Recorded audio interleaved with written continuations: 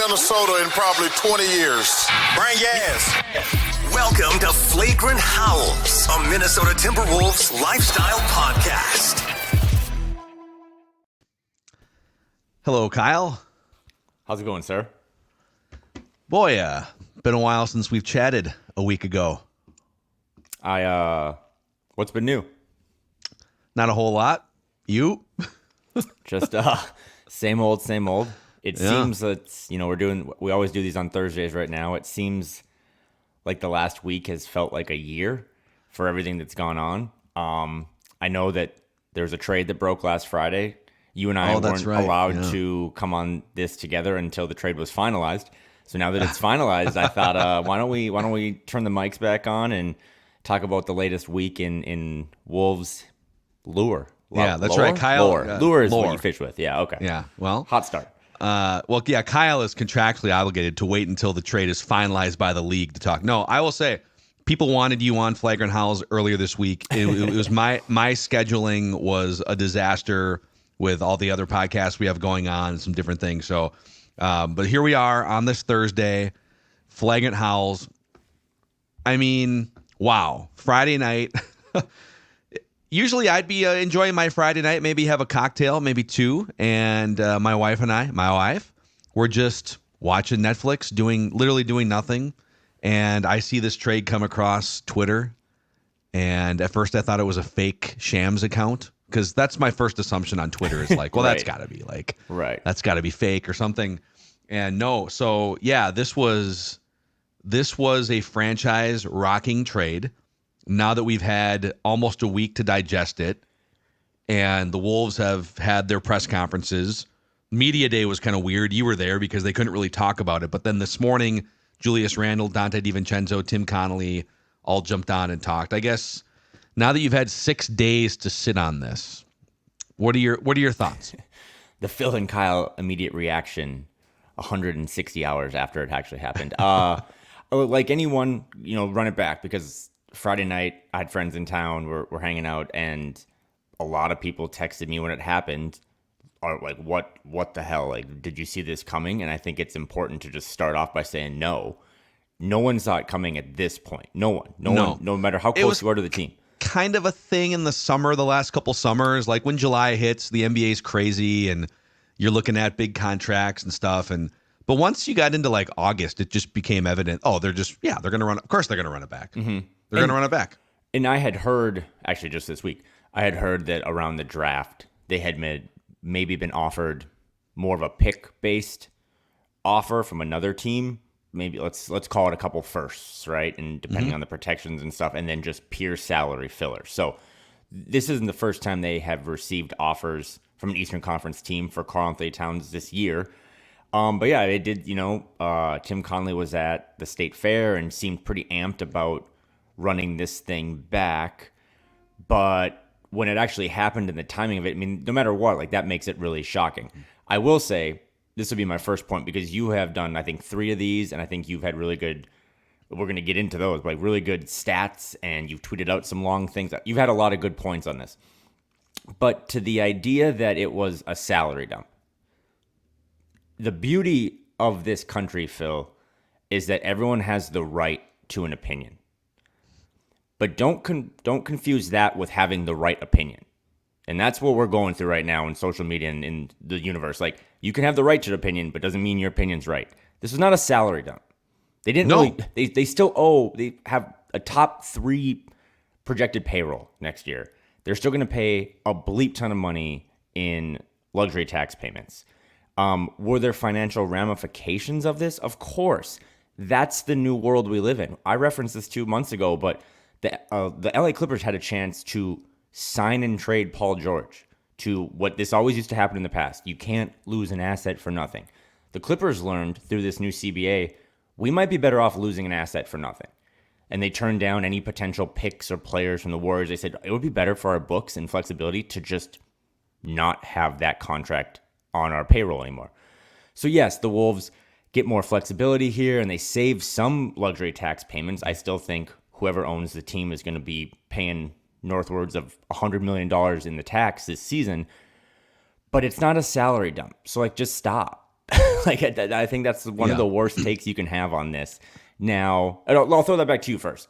Well, the idea of being a salary dump. Yeah, well, no, because it's funny. Because we're in the middle of like, if you're a Twins fan and you're a Wolves fan, we're also. Right. I think the Odd Wolves timing. are catching some.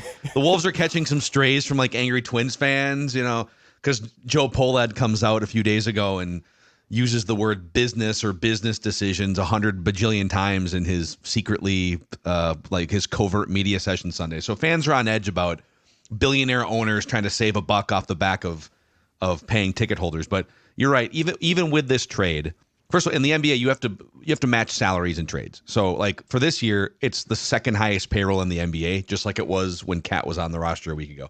For next year, it's a top 3. So they are in the nosebleeds, in the rafters of NBA salaries. And yes, it is a salary cap league.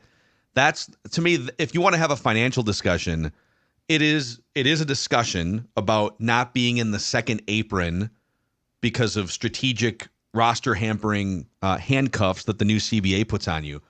But it is my opinion that this is first, second, and third a basketball trade, and we can debate whether it's a good or a bad basketball trade.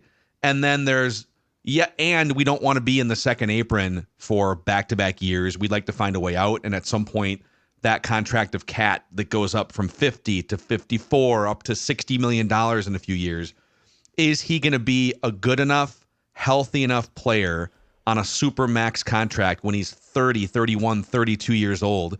And Tim Connolly decided, no. Tim Connolly said, we don't think Cat at that price with second apron ramifications is worth it in a year or two. We also don't think that he is the second main piece of a championship team, probably, because you could still fix those other second apron issues by keeping Cat and Ant as your 2 core pieces and find a way to like trade Jaden McDaniels or find a way to, say goodbye to Rudy Gobert. So the basketball trade is the first and foremost, I think, motivation here, which I know that rubs some fans the wrong way because, Cat's been here for 9 years. He's one of the great shooters of all time. Who's that tall?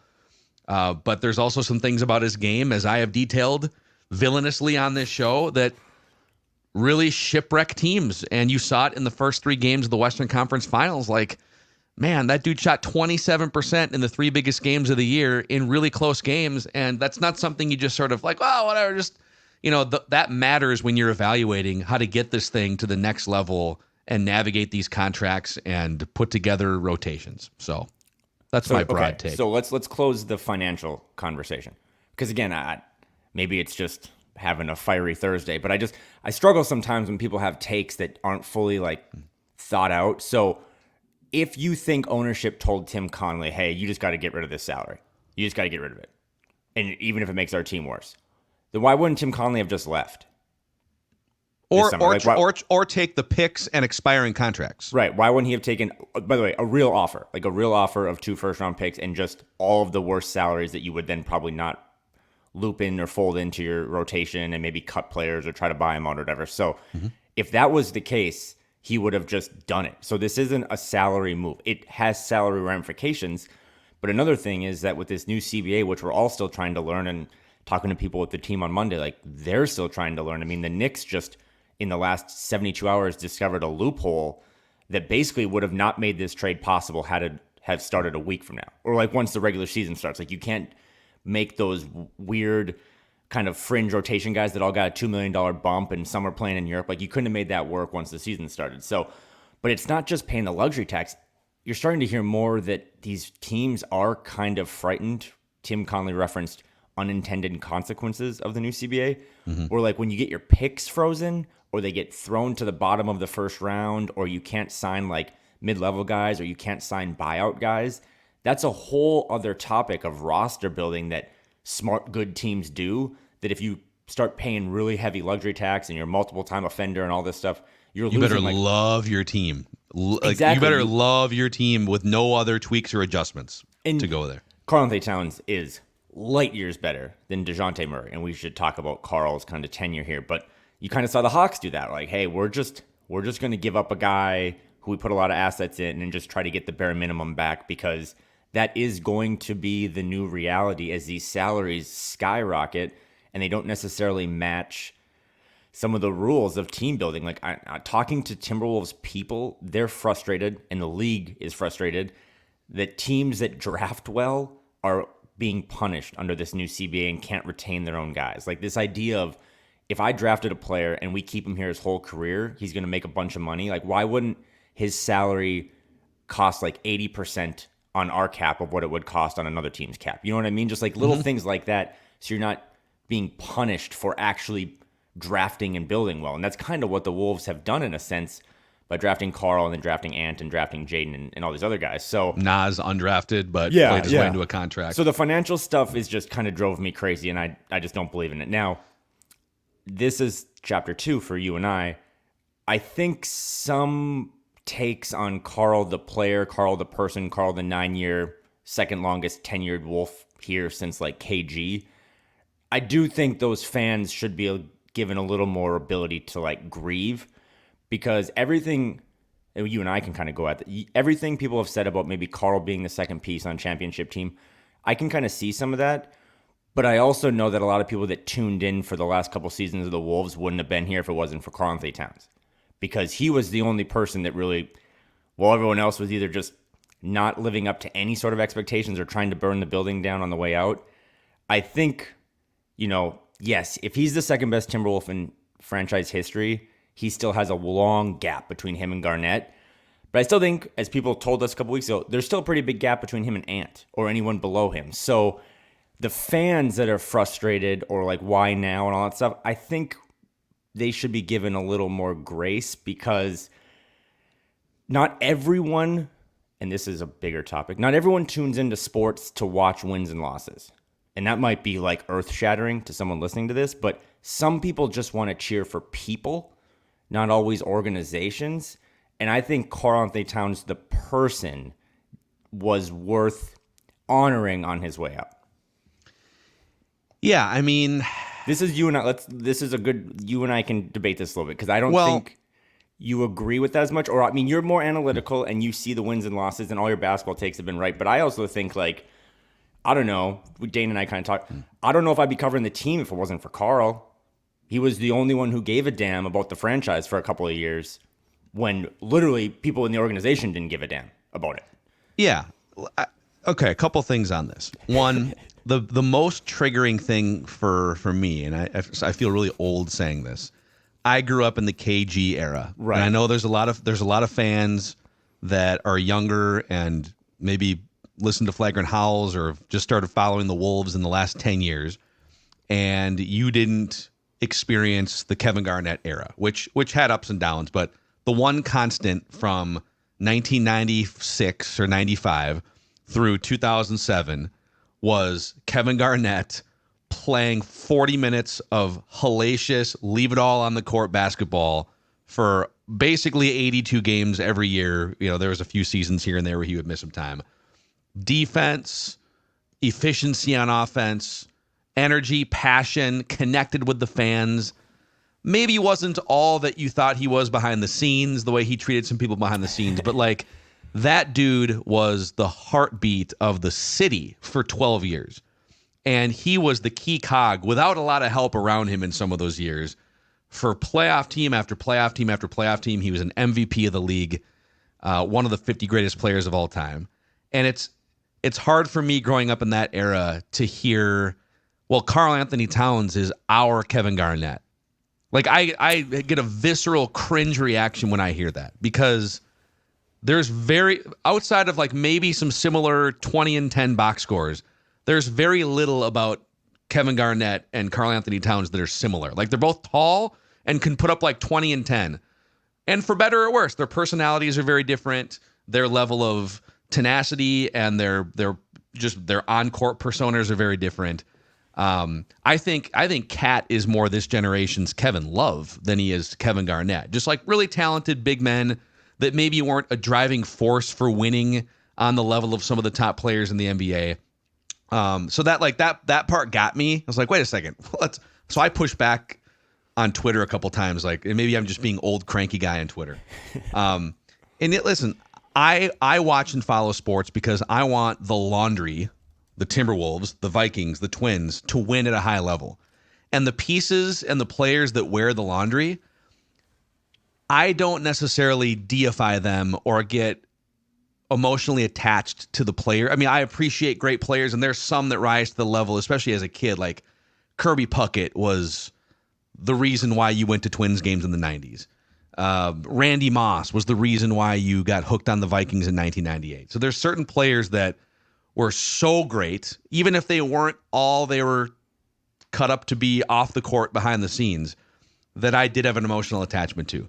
I did not personally have an emotional attachment to Cat or the Cat era of Timberwolves basketball. If you did, or if the fans did that are maybe younger, and he is the reason why you stuck with the Timberwolves, I am not judging. That is awesome. And now Karl has maybe passed the baton off, not that he demanded the trade, to Anthony Edwards and Jaden McDaniels and Naz Reed, and the show goes on. So I don't personally have an emotional attachment to Cat. Some of the things that he did as one of the most talented players in the NBA on the court to self-sabotage drove me insane, and I never hid that on this show. So I guess my last rambling point here is, everybody who listens to this show or who follows my Wolves coverage in whatever form, Twitter or the podcast, you guys know that I have been super frustrated more often than not with Karl, because I feel like he could be in the Embiid, Jokic level of perennial MVP candidacy, if not for self-sabotaging on-court behaviors. And so because I felt that way for years and years, I'm not now going to fake it and come out here after he gets traded and do a big emotional ode to what he meant to the franchise and the city. I'd be a hypocrite if I did that. So my opinions have been what they are. He's still the second best player in franchise history. We went through our top 100 list a couple weeks ago, although you had Ant creeping up there. Ant up there, yeah. But I get that certain fans have certain ways of viewing the team or certain on-ramps that they maybe joined their fandom, and I respect that, and that's it's everyone's choice. We've talked about pizza a lot on this, and some people just do or die with deep dish, and some people just, I'm only eating thin crust. I like the Kevin Garnett, Karl-Anthony Towns, Kevin Love thing. I still actually think Karl-Anthony Towns is closer to this generation's KG than he was a Kevin Love, for the simple fact of I don't remember Kevin Love embracing the city as much. And again, that doesn't hit home for a lot of people, but it does for some, especially when you are a fan of Minnesota sports and you've kind of, I mean, literally, I've joked about this before, but Minnesota is flyover country to a lot of the coasts out here, a lot of the, the national markets. It's like, you don't always have players that want to stay here, and it's minor, but Karl embracing retro Timberwolves gear and standing outside in the winter, signing autograph stuff, that mattered to people. I also think the difference between Karl-Anthony Towns and Kevin Love, and this is something that kind of hit me this week, with him gone now, and we'll get into the basketball side of this here in a second, but with Karl gone, that was the last even remaining strings tied to Flip Saunders, who was like Minnesota Timberwolves basketball, right? Mm-hmm. So now that Karl's gone, this is like the Tim Connolly regime era, maybe the Gerson Rosas era. There is no more attachment to that. And I think, again, growing up, Flip kind of connected to both those eras, and that's emotional. So again, if nothing else, I just think it's okay to be emotional. I think people probably know that from past pods we've done. But I think it's okay to be emotional because the timing was crazy. Like I said, where were you on Friday night? It was a wild time to do it this close to training camp. But with that said, I've kind of come around on maybe the timing was perfect because you just did it. And if this would have happened around the draft or summer league, you would have just had months to stew on it. And Chris Finch said that too. Like, this is kind of great. You don't have to sit there and fret about it for 3 months. We just start practice. Let's figure it out on the fly, guys. Here we go. Just literally roll the ball out. So I think that's actually going to benefit this team a lot. I was back at Media Day on Monday. Obviously, at the time, the trade wasn't finalized. Tim Connolly kind of danced around it. Finch just didn't want to talk about it because they couldn't. But then all the players had no problem talking about it, and it was a lot of references to Cat being their brother, Cat being just an awesome teammate, all the stuff that we kind of knew. But there was also genuine excitement about just what if we did hypothetically hit our ceiling last year. I know everyone maybe myself included, thought, well, you went this far. Now you had a lottery pick and more continuity. Like, now you just go up another level. Like that, if we've learned anything in the NBA, it's that this linear growth or decline is not straight. Like, there's a real chance that the Wolves run it back for the third time, replacing Kyle Anderson with Joe Ingles, and are somewhat worse. Like, that they just don't match up as well, or the things don't click as well, or they have some injury history. So I think the timing of it a week later is actually pretty good, because you just, other than, by the way, John Krasinski, best in the business. That was a great article that he wrote. So you had your period to grieve. I thought John wrote one of the best things I've ever read. Go check it out at The Athletic. But now, like you said, we're 24 hours away from a preseason game, and I don't think anyone on that team is going to really... I did not get the sense, Phil, and Judd probably said this too earlier this week, I did not get the sense that anyone was worried or beat up or down about what it's going to be like on the court. Off the court, in the locker room, on the plane, they're going to miss Karl. On the court, I think they're ready for something new, and I think that something new is going to be a team that runs more, takes... Finch said it this morning at practice, like, we shouldn't be the best three-point shooting percentage team in the league. Because if you're the best three-point shooting percentage team, that means you're probably not shooting enough. So I think this team is going to fly up the ranks of volume of three-pointers taken. I think in the NBA that has proven out now to just be a way to manufacture your offense to be better. And despite some of Julius Randle's shooting woes and DiVincenzo being I just think they're going to take a ton of threes now. And that's going to have some nights where they don't even have to play as good a defense, because they're just going to put up 130. So from a basketball standpoint, and now I want to kick it over to you, because I think you've crushed all of your analysis of this. From a basketball standpoint, there's a real chance, and John Hollinger wrote this too, like, there's a real chance this team is legitimately better this season by making this deal. Yeah, the Julius Randle thing is a huge wild card. And I will grant you that. Absolutely. But so was the Cat Gobert Ant thing the first 2 years. And they figured it out. I think the easy oversimplification is, well, yeah, but Cat could space because he could shoot threes. But you know what? One of the biggest pain points of this offense has been that Cat was either unwilling or just like they weren't able to park him in the corner anyway. So like Cat could shoot, and they still had major spacing issues because they weren't just like setting him in the corner. So I don't know that when people are fretting about, well, Julius Randle's going to cause some major spacing issues. They had spacing issues in the playoffs last year. Like, it's been an issue for 2 years, and you took on those spacing issues on offense, knowing that A, your defense was going to be the best in the NBA, so you're going to have to deal with something. And B, Anthony Edwards was still going to find a way to get his points, even if there were some spacing issues. So like, I think the spacing stuff is way overblown, as if it was a non-issue, but now it's an issue with Julius Randle. Just to go down the list of things that were tough to deal with offensively last year and why they were maybe like 17th in ranking. Another one was, I think Anthony Edwards was the only player on the roster that could consistently get his own microwave offense. Hey, we need a bucket right now. Someone figure it out. Well, Anthony Edwards is one of the best in the NBA at doing that. Karl was very hit or miss. There were some nights where, if he's getting looks from three or he's not committing offensive fouls and turnovers on drives, like, clearly he could get it going offensively. But it wasn't as simple as, hey, we're getting toward the end of the game. It's slowing down on the half court. We need someone to get a bucket. Karl, go to your post set, right? Like, he wasn't as consistent in that regard. Well, Julius Randle loves one-on-one isolation, almost to a fault, right? Like, are you going to have situations 10 times a game where it's like, we want to keep the ball moving, but Julius wants to go to work and jab step for a half hour. But he's really good at that. He's efficient. He's got a mid-range game. He gets to the rack. He can rebound. He's averaging like 5+ assists for the majority of the last handful of years. So, yes, it's a new player. It's a different fit. There's egos involved. There's a minutes question.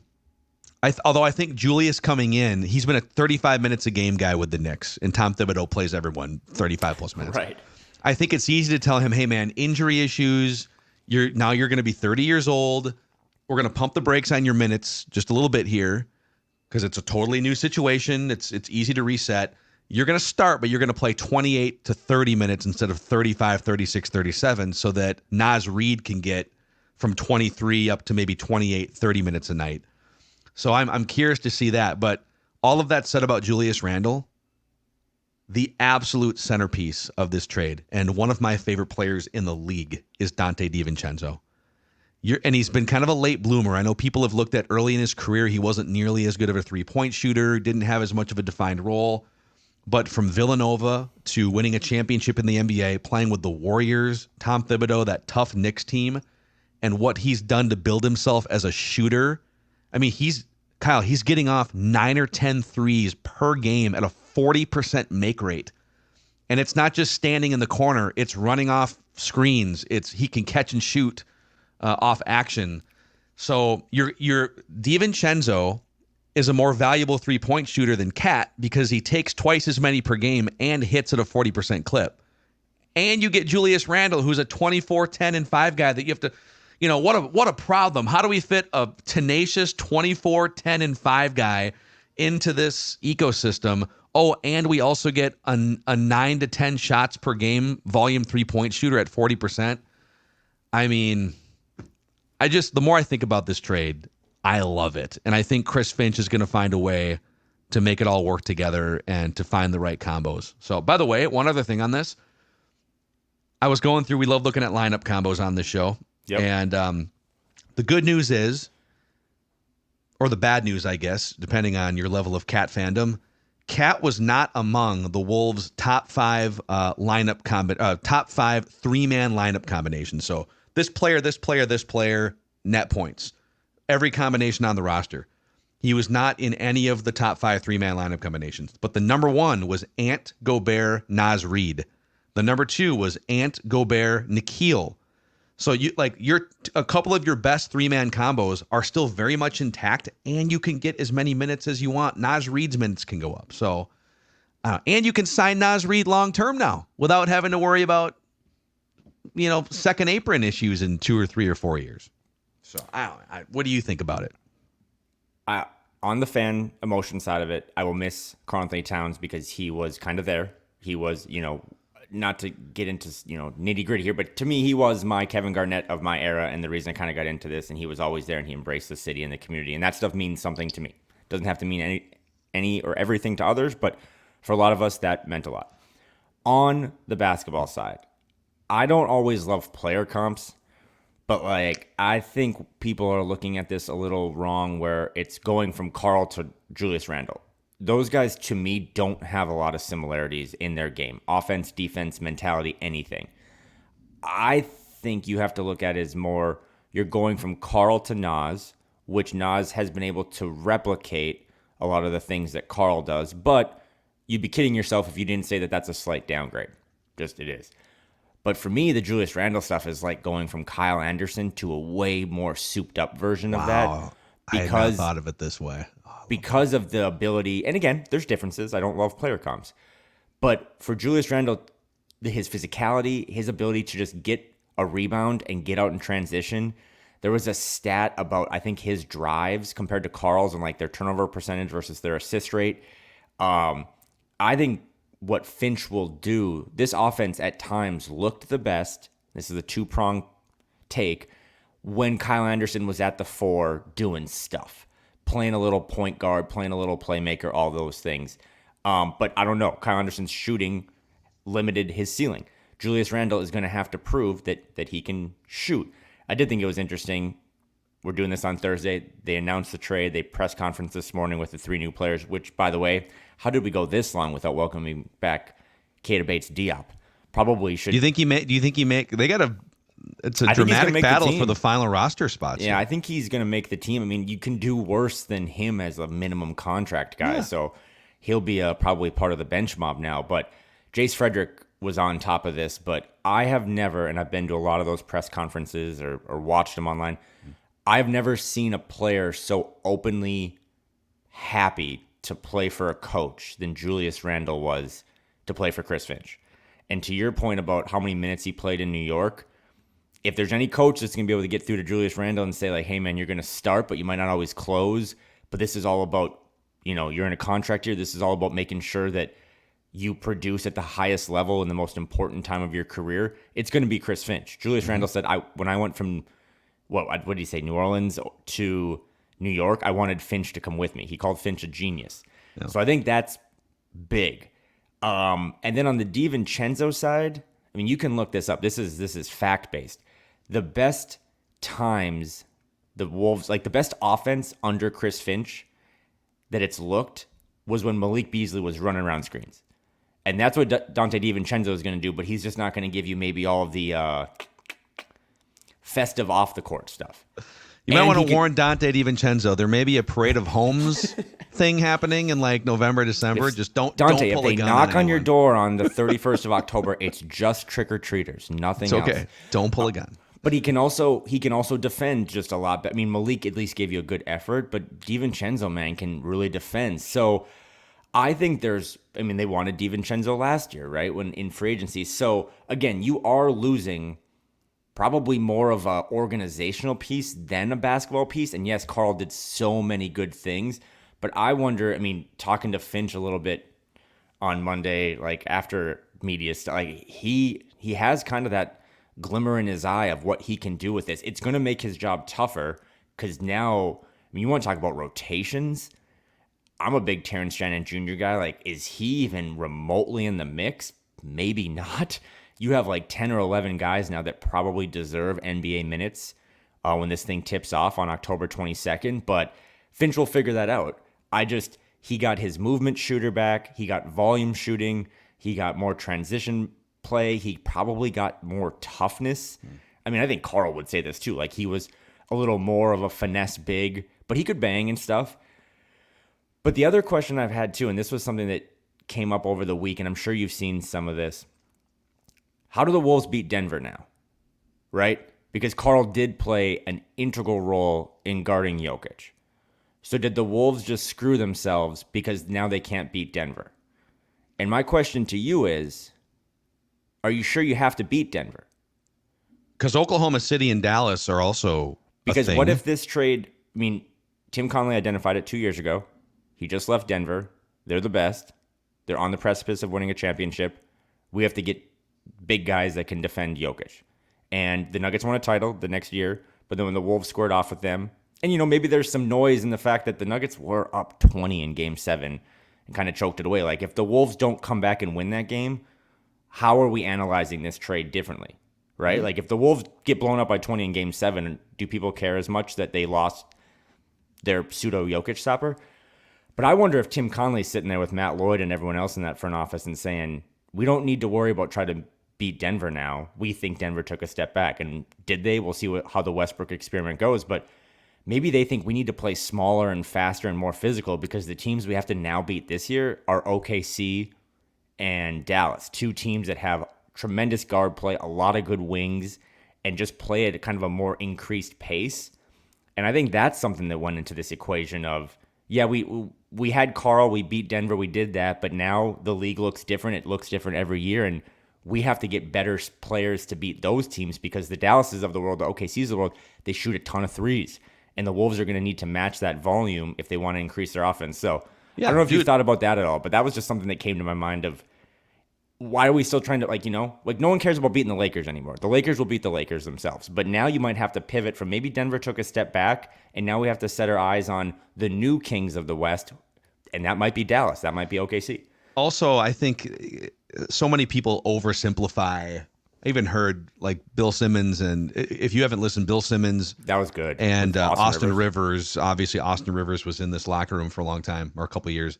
But they did a great job breaking this down a couple of days ago on Bill Simmons' podcast. But even Bill Simmons is kind of talking about how, well, they constructed this team to beat Denver, and now you're not constructing a team to beat a team. Like you're constructing first and foremost a team that can win as many games as possible against the league. And then if you happen to have a roster that can compete against a Denver, which they did, and they clearly like leaned it that way. But is it possible that if you run into Denver, maybe this team matches up better with Dallas and with Oklahoma City if they meet in a 7-game series? But it doesn't mean that they're screwed against Denver, because what if this team with DiVincenzo's catch and shoot, with Julius Randle being able to get buckets one-on-one, maybe Julius Randle fares better offensively against Aaron Gordon? Like, what if the offense is 5 or 8 points better in a series against Denver and they give up a little bit on D? There's different ways to to still come out on top in a series like that. And so I'm not going to get obsessed with whether they specifically or don't match up with Denver. I'm like you said, I don't even know that Denver is anywhere near what they were 2 years ago anyways, and they're still good. Right? Yeah. Like they're still good. Yeah, they're gonna win 50+ games and beat. But it just that's a different team than what won it 2 years ago. They've lost some significant pieces as the CBA also affects them. So I do, the more I think about it, and it helps to have really smart people like a Jake Painting over at Howls and Growls who did a video. He's doing one now on DDV, but he did one on Randle. It's like, look at some of the stuff that he'll just bring to this team.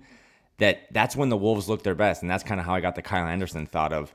When Kyle Anderson was out there and had the ability to kind of defend and kind of play make and score when he needed to, this team was really, really dangerous. So I love that, dude. Gone are the two bigs, that kind of era now. I mean, they still have Randle, but I just think they're going to kind of play more spread, take a ton of threes, and that alone, I mean, there are lineup combinations now with Ant and like DDV and Jaden and Naz and like maybe Mike Conley or Rob. I mean, there's so much you can do now. Talk dirty. That it's going. I mean, when they brought in Rudy, the biggest concern was you're just clogging up the paint for Ant, and he has navigated that pretty well. But there's way more for him to try to figure that out in his playmaking and throwing lobs or getting guys buckets.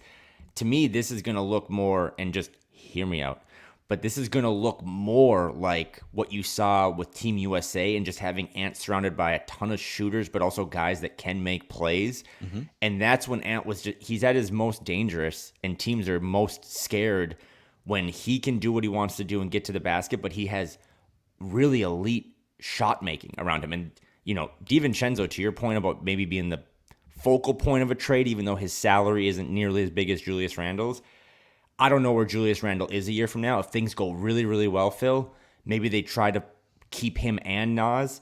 But that DiVincenzo contract's 3 more years. I mean, that is the exact type of player and contract that every good team has. I mean, think about KCP when he got to the Nuggets. That's the exact type of archetype.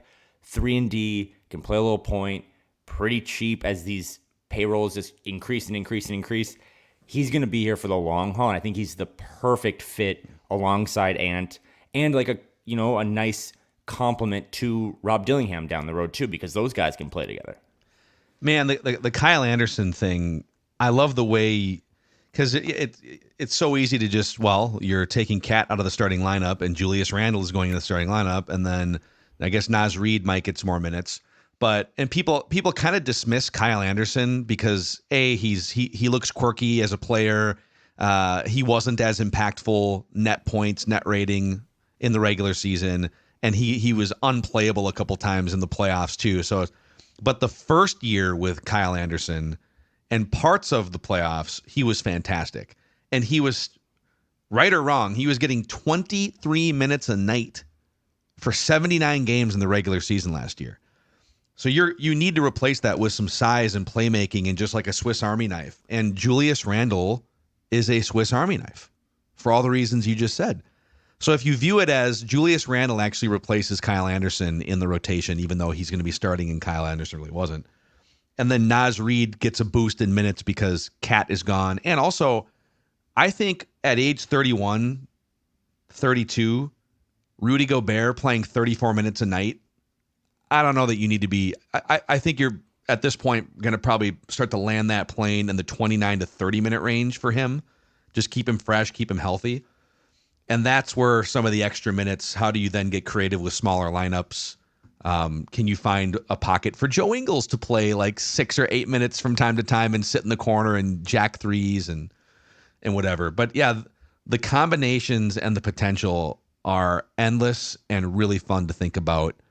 And Chris Finch, it took them probably a year longer than people were hoping for to get the original experiment to work when they traded for Gobert. But he has shown he can make pieces fit that maybe don't look like they fit on paper to a point where you can bring a team to the Western Conference Finals. So in Tim Connolly, I trust. In Chris Finch, I trust.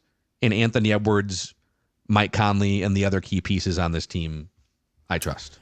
And we haven't mentioned the Detroit Pistons protected pick. we are all, if you're listening to this in the Lifestyle podcast, you are probably a Minnesota Timberwolves fan, but congratulations, you are now also a Detroit Pistons fan. Yeah. Because you are cheering for them to simply just not suck one of the next 3 years so that pick becomes not a second. Because if it does eventually not, transfer over and becomes a second, that's kind of a bummer. I also think they'll just use that pick down the road in a trade. I think it's more of an asset than it is. I can't wait to draft someone in 2027. But yeah, going back to the financial discussion that we had at the top, I'd always been told that, because right now as we record this, Glenn Taylor's the owner of the team, and I feel more confident than I have in the past that maybe that'll change this fall. But that he didn't want to pay that tax, but he is going to pay the tax. So yeah, there's ramifications of this of they're going to save some money, but the more going back to the CBA, it's just. You have to, like you said, love your team because you also don't have any of these other little tools in your toolbox to try to upgrade your roster. Whereas now we just kind of talked about maybe going from Cat to Naz, but then maybe upgrading from Kyle to Julius Randle and then just bringing back, Malik Beasley 2.0. I just think this team has more options and creativity on the court. And then when it comes to payroll or transactions or the books or any of that stuff, they now have more flexibility of, I've kind of joked before, but if it seems like Karl-Anthony Towns was maybe one of the 3 most beloved athletes in Minnesota, and we can debate that rightfully or wrongfully. I have a take on that, by the way. Do you want to go quick? I don't think he was one of the 3 most beloved athletes on the Timberwolves. Okay, thank you for setting this up for me. Okay, and I'll tell you how. If you were to rank that based on ovation when they check into a basketball game, Anthony Edwards gets the loudest ovation. Naz Reed gets the second loudest ovation. Luka Garza gets the third loudest ovation when checking into a Timberwolves game. Okay, it's 2 of those guys They all unequivocally, factually get louder ovations when they check into a Timberwolves game. 2 of those guys I'm pretty excited to watch play next year. But with Karl, I don't think we've mentioned it, and Krasinski and Dane Moore and stuff have kind of reported it. But we're overlooking here that if they don't do this trade, it does become legally harder to do a trade like that in season. So this idea of why didn't you do it at the trade deadline? We just kind of touched on that. It would have been almost impossible for how the second apron restricts certain things and adding salaries together and all that stuff. And then if it just maybe doesn't continue to linearly grow, what happens if a year from now one of these guys is hurt or it's not as good or there's frustration? They might have sold at the highest point, even if you think what they got back wasn't as good as maybe, the Gobert trade was. I think DiVincenzo reportedly was not on the table at all. And there's been some discussions even for a couple years before DiVincenzo was ever with the Knicks about Cat. The Knicks have checked in on Cat. There's been so much steam there for 2 or 3 years. And so I don't think it's a coincidence that the minute that Dante DiVincenzo was put on the table, Tim Connelly was like, okay. Because you're right, dude. You need value. You can't. Not everyone can be on a supermax. You got to find your 10, 11, 12 million dollar sniper 3-point shooter guy. And so I think DiVincenzo. At the end of the day, I think we're going to look back at this and say, wow, Dante DiVincenzo was the best fit of all of these to play with this Timberwolves team, and he was the main important reason why they made this trade. I firmly believe that if the Wolves would have kept Karl and Rudy for another 12 months, that Naz Reed would be elsewhere. So going back to who are your 3 favorite athletes in the city or in that arena, this does allow you to now probably extend Naz Reed next summer and keep him here long-term, the longest tenured Timberwolf. And if you're listening and you're cynical and you're like, wow, you traded a guy just so you had the ability to sign a lesser player, Yeah. That's kind of how this works now. And do it and stay under the second apron so you can make other moves to tweak your roster in a positive way. Right. So again, yes, 5 years ago I would have been like, that's stupid. But 5 years ago, maybe the second most important players association wasn't run by Grant Williams.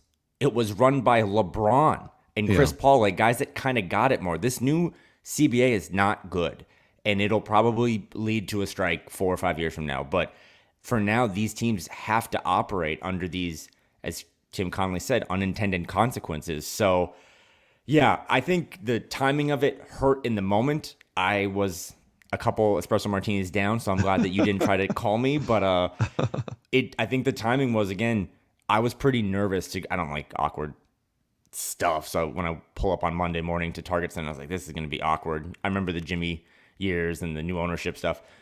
The vibes were really good. And again, I don't have too many notes that Judd didn't talk about, but once all those players got up there, they all seemed pretty excited about.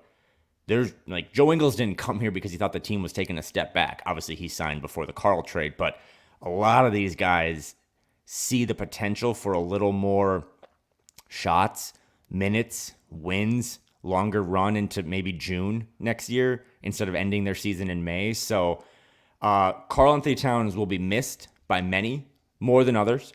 But this version of the Timberwolves, in my opinion, is going to be as good, if not more dangerous, especially when the snow melts and it goes from April to May. Yeah. So, yeah, I mean, dude, so many fun talking points in the future here. I think this, if nothing else, selfishly on Flagrant Howls and you on Dane Moore's NBA podcast, just gave us endless amounts of fun conversations to have here before the season starts. So, hey, before we get to a random Wolf of the Week, if you're excited about the Timberwolves and you need a place to stay, maybe for like Kyle coming in from out of town, Element Hotel, just steps away from Target Center and Target Field, downtown Minneapolis, is a fantastic place to spend an evening or multiple. A Marriott Bonvoy hotel for points purposes, right on the light rail, very walkable to many of the great restaurants downtown Minneapolis. Parking garages nearby. There's also a parking garage at the hotel that's only $25 a day. City views, just fantastic rooms and a place to stay if you're a Wolves fan. Or maybe you're just looking for a fun night downtown. Element Hotel just down the street from Target Center and Target Field. Also, Nicolay Law is supporting Flagrant Howls and Score North, the personal injury law firm of Score North podcasts. Nicolay Law knows that when you or a loved one gets injured, ordinary life can come to a stop and things can get complicated. And that's where you need a guiding hand like Russell Nicolay and his team. They're very proud to serve the Twin Cities communities that they live in. They're just here to help you get the compensation you deserve after an accident. So if you've been injured, get Minnesota's local award-winning injury lawyers. Get Nicolay, nicolaylaw.com, or give them a call at 1-855-NICOLAY. Let's bring him in, Kyle. Producer extraordinaire, Ross Brendel. Hey, boys. Week number 4 with that fall beard that Ross has been working on. We've started to at least trim it a little bit or manicure it, if that's the word, manscape it. So it's probably here to stay for at least a little bit. I like it. I think you keep it until the Wolves lose. That's what I think you do. Hey, by the way, because someone just messaged me and you said Wolves lose. The Minnesota Timberwolves play in 24 hours. They have a preseason game against the Los Angeles Lakers. I don't know who's going to be available. I can't imagine Julius Randle or Dante DiVincenzo are going to suit up 24 hours after being introduced. But that game has been upgraded to NBA TV. It's a late tip on Friday for you back in the Central Time Zone. I think it's 9:30. But if you want your first chance to see maybe a Rob Dillingham, a Bronny James, Naz Reed again, Friday 9:30 Central Time on NBA TV. And then I think there's a couple other preseason games that are also going to be on nationally televised games. Where do the actual games start on October 22nd? I have no idea. Stop it. Do you know, Phil? Is it on Bally's? I think they're back on Bally's, but I'm not 100% sure if they work that out. But as more and more teams start doing this like local thing and really caring about the fans, I hope that becomes a priority for the Minnesota Timberwolves, because the Blazers just put it on like local channels. I think the Pelicans did that. I hope that as this team I just promoted said they're going to be really good, I hope that people get to watch them, because I think it's kind of BS when all these sports teams and local, they're more concerned about the contracts and the money than they are about, putting the product out to the people who deserve it. Yeah. Are there any games hanging out with Nurmal and Abu Dhabi this year, or are we Abu Dhabi clear this year? I think great Garfield reference there. Yeah, I think we're Abu Dhabi'd out. Okay, great. Hey, real quick. Random Wolf, boys. While I have you guys, just for like a minute, then we'll get to Random Wolf, because we didn't do any. Maybe we can do part of next week's podcast on this. How does this work out for Cat and the Knicks? Just a quick answer. I defer to the most competent person on this StreamYard right now, which is Ross. Yeah. Well, thank you. Let me tell you. No, just kidding. Take it away, Phil. I mean, I worry for Cat in that market. If it is a vicious media market if things are going sideways and you sort of fall out of the public favor.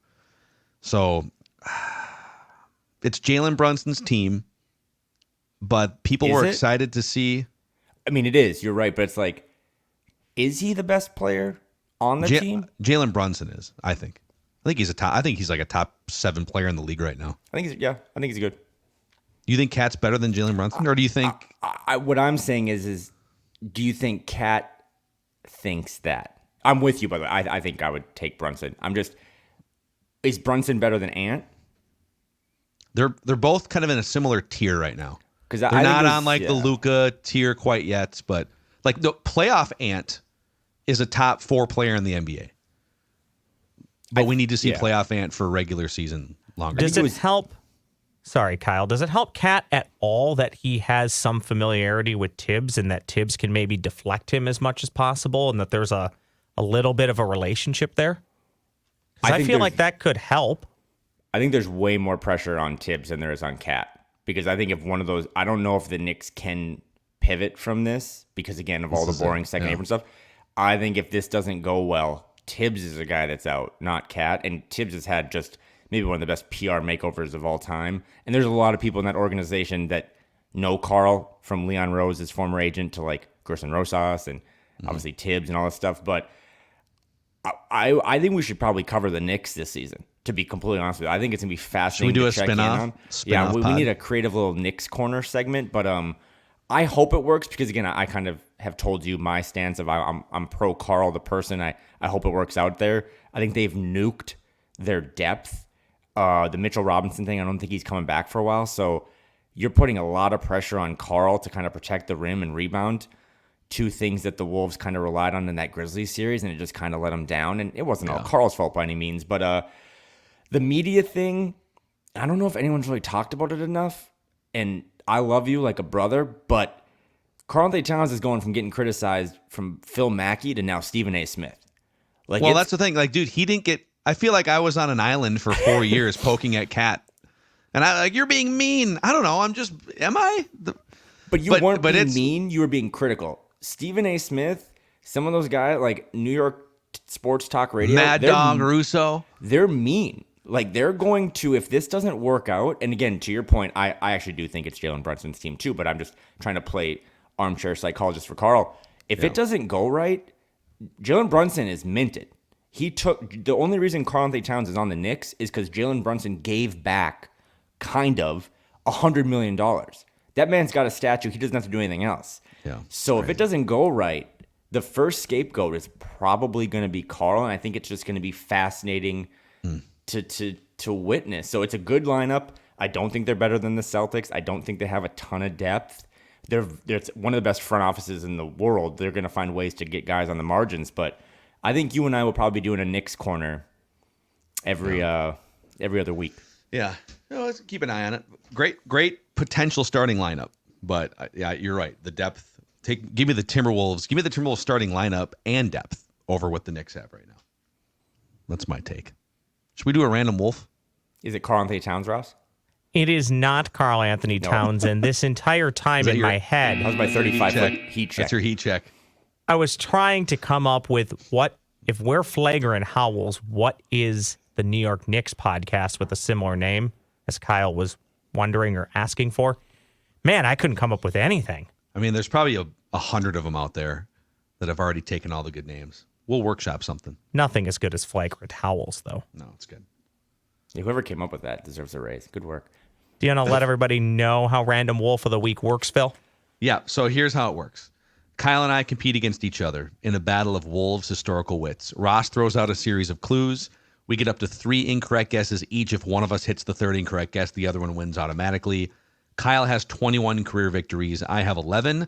The last handful of Random Wolves are Will Avery, Doug West, Latrell Sprewell, Jordan McLaughlin, and Tony Campbell, not to be confused with Tyrone Corbin. All right, here we go. Ross, and I get a heat check guess still, don't I? You do. Kyle can still technically have one if he wants one. This Random Wolf of the Week, gentleman, is not a current NBA player. Okay. And it's also really not Will Avery. Finally. remove Will Avery from the heat check guest. Just a little behind baseball here, but my office is located on the 3rd floor directly above my wife, so she can hear everything we record. And she said, "Nick of Time." So that might be our. We might do a that's weekly good. segment called I Nick of like Time. that. Where we just check in on the That's Knicks. great. Yes. Beautiful. She's hired. Well to my done. wife. Well done. Not a current NBA player. Let's go Michael Beasley. Not correct. Clue number 2. This random wolf of the week played college ball at the basketball juggernaut of the University of Wyoming. How about that? Can you name many players from the University of Wyoming? My brain is Josh like Allen. football. I was going to say Josh Allen. I can about all I name got. one, and it's the random wolf of the week. That's what I can do. This random wolf of the week went undrafted in his NBA draft. Wow, that's okay. We've just of all the squares that were lit up here, we've unlit about 99.9% of them. This random wolf of the week, gentlemen, played at 6 feet 7 inches tall. 6 feet 7 inches tall. By the way, I love the cold. It's about 42 degrees in this studio today. So if you see me doing a lot of this, that's why. Oh, happy fall, by the way. Oh, it's That great, slipped isn't in it? Here, and it's Happy glorious. fall. I love it. Best 65 month and there is. overcast in the cities today. It's gorgeous. This random wolf of the week, gentleman, is currently in his 50s. Okay, so wow. This is a side hint. This is not an actual hint, but boys, this wolf is very deep. It was also tough to come up with clues, so apologies in advance. So there's a Okay, little so side, the side one for you. algorithm has landed you on. Yes. The algorithm was on fire like 5 wolves in a row. It was names that everybody knew. The last 2 have been very obscure, including this one. And this is where Kyle. I'm going to trash talk Kyle, get in his head. This is the era where Kyle gets a little uncomfortable. Although You he can nailed see it. Doug West 2 weeks ago. He's worried. He knows it. He knows he's in trouble. This random wolf of the week was a CBA All-Star in 1997. Wow. I've never seen this before across any sport, and you guys can look this up when we get to the answer. Per the Wikipedia machine, this random wolf of the week, boys, played for 17, count them, 17 different franchises. Wait, 17 NBA Nope. teams? Nope, just Oh. different franchises. 17 different franchises. 6'7". I think there definitely is a handful of NBA teams in there. This random wolf of the week played in 259 career NBA games. 259 career NBA games. Phil, Larry Nance Jr. played at Wyoming, but he's in the league. But I just remember, like, that's a Wyoming player. That doesn't help, but I just wanted to show that off. Okay. He's also I just not in his remember- 50s. Yeah, no, there's like no clue that makes sense. Wow. but that's We not just, a guess. if nothing else, we just found another Wyoming player. So that's exciting. This random wolf of the week played in 81 total games for the Minnesota Timberwolves. Okay, there is I don't know where you went to college, but there is a player who played for the Wolves in the 90s that definitely played in the CBA for chunks. And he played for the lacrosse Catbirds at one point in the early 90s. My grandpa had season tickets to the lacrosse Catbirds when Flip Saunders was their coach in the early 90s. And then Flip became the Wolves coach. And this player then played for the Wolves under Flip. But I don't know if he went back to the CBA. I got to guess. I'm just going to guess him. I would kick myself. Is it Todd Day? It is not Todd Day. I like what you did there, though. Just made up a I now person's suddenly name. have That's like what an I thought. itch Todd right Day. on my He was armpit. It's awful. Russ, Sorry. People can see me scratching, Phil. Ross. Let's keep going with the clues. This random wolf of the week averaged 4.1 points per game with the Wolves. Oh man, this is deep. This is not as deep as the itch I currently have. What a podcast. This random Wolf of the Week last played in the NBA, Phil, during the 2002-2003 season for the Minnesota Timberwolves. Oh, for real? I had one. Did you think it was going to be sooner? He's in his 50s. No, I had one in the chamber, but that's not. That doesn't make okay. That was the year. I'll let it rip. I know this isn't it because this doesn't mean anything, but the Larry Nance thing opened my brain up. I think Theo Ratliff played at Wyoming. I don't know if he played for the Timberwolves, and I don't know if he makes any other clues work. I'm going to say his contract at one point was with the Wolves for sure. But yes. He played like 800 games. So Wolf. He played like 800, 900, 1,000 games. I'm going to say Theo Ratliff. Is that the answer? Kyle, I am so proud of you for this one, but it's not correct. And Phil knew it. I think I don't think he ever played a game with the Wolves though. His contract definitely. Well, right? I don't have to look. I didn't even know if he played for the Wolves. But okay. He was part of a trade to the Wolves at one point. Okay. So I have one strike. Kyle has two. Is that where we're at right now? I think so. Yeah.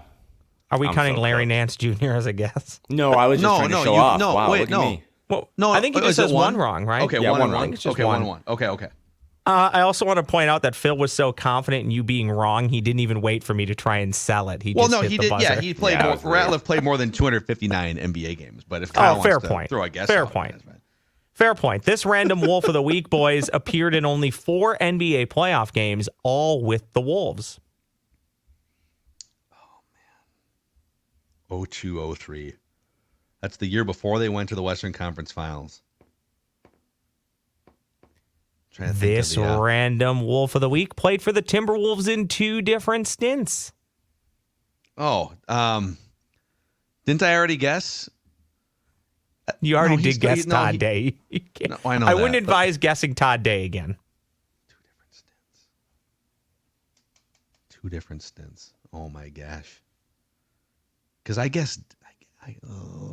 Okay, let's keep going.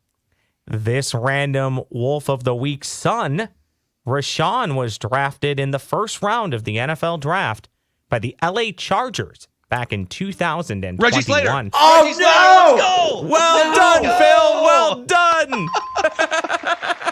Oh, it was right there. Reggie Slater. Oh, good clue, Ross. You deserve an armpit scratch for that. Amazing. That was Scratch your armpits however you want, dude. It wasn't fully in. It was like on the outside, right here. And I really do apologize for saying that, but people are going to be on YouTube going, does he have fleas or something? Okay, we have to do a quick 30-second. A new segment is called After Hours with Random Wolf of the Week. Okay, Reggie Slater, but Theo Ratliff. Look at the teams he played for, by the way. Does somebody want to look that up? It's incredible. I'm looking up Slater. Theo Ratliff did play 800 games. Born in Alabama, did play at Wyoming, and it looks like he played 10 games for the Timberwolves during 2007-2008. So I was a little on there. He did play a little bit. But great clue. If you don't drop that clue, I would have been guessing until Friday. Oh, by the way, Reggie Slater played for the lacrosse Bobcats. They were the Catbirds, and they switched to the Bobcats in 96-97. Is he related to Kelly Slater? No. Probably different eras. Let's see here. He was the CBA All-Star, the WAC Player of the Year in 1992. 3-time first-team All-WAC. That random Wolf was whack. You guys would have nailed it on the next one, by the way. Those were the 2 that were going to get you there. The next one, just for fun to amuse myself, if this random Wolf of the Week had a favorite Saved by the Bell character, you could guess it was probably AC Slater. Yeah, that would have been. I think that probably would have been it right there. There it is. Random Wolf of the Week here. Flagrant Howls. Kyle Theige. Never a dull moment in Wolvesville here. This is your favorite Timberwolves lifestyle podcast.